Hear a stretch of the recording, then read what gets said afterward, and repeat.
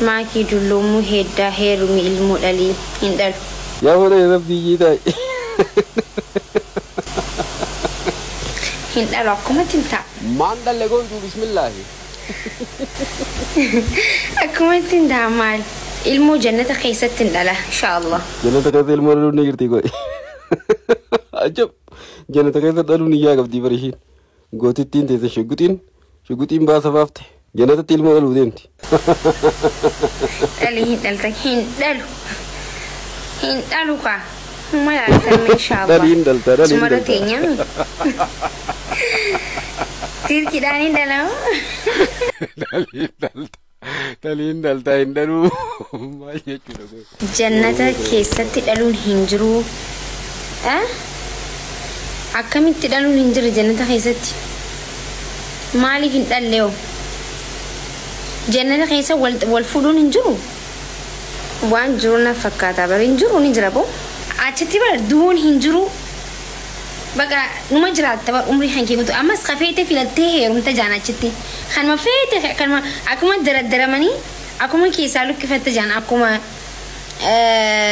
wanniidha jimaa gizee eeruudha akkatti cabsatanii jiran akkuma sani keessaa cabsatta jaan achitti.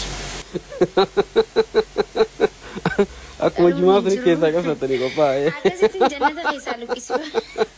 Haaluma kanaan jechaa beeku. Kanaaf guys akkasitti lukkisachuu fedhaan akkatti fuudhee. Abdii murachuun gaarii miti bajeetti boo maashaallah. Ati amma xiqqoo rifeensa waan gaarii kana tattari malee. Abdii muratina jannatni harabbiiti. Namoonni seenaa inshaallah. Garuu hojii namaatu nama naqa jannata. Miskiina fuudhaa heerumni jannata keessa hin jiru. Andaawaa godhaan jiru guys isin gaafataa jira malee. Nama asitti heerumee jannata keessatti heerumaa. Nin heerumaa bar garuu agoobara keessa seeneen heerumaan. Inshallah jaarsa kiyyan arkitan agoobara keessa mazagaa jaarra agoobara fitin agoobara keessa. Agoobara keessa ni sagalcha jechuudha. Takkicha keessa ni ilaaltan ni nyaatani kota jaarsa kiyyarraa xiinxaluuf.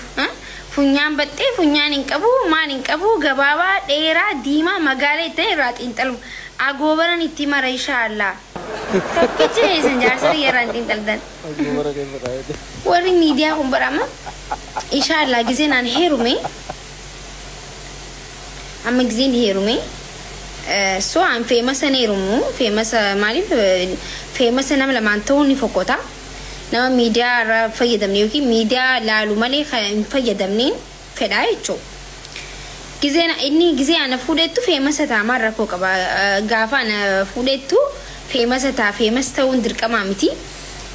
Garuu wanti na aarsu jiruu fi ilaama na yaachisu jiru jaarsa kiyya ganama osoo ana ummanni kun bar waan ajaa'iba ana beelloo uffatee osoo beelloo ofirraa baasneetu bikka seenan san hin seerin. Bikka seenan san hin seerin. Sabakki seenan sun. Osoo beelloo ofirraa baasneetu bikka seenan san hin seerin miidiyaa irratti akka irraa xiinxaltan quba qabaadha jechuudha. Inshallah guyyaa sana ndaam halkan san TikTokin fayyadamaa bulaa akkana sireerra taa'ee TikTok fayyadamaa bula waan isin haasawitan jechuudha. Saamota ganama isinitti hin gabbaa dhugaan jaarsa kiyya kan ikaati safaaxaan beekulaa Oromoo. Dhugaa rabbi akkuma laalaa bulaa halkan waan isin irraa xiinxaltan irraa xiinxaluun hin ta'u.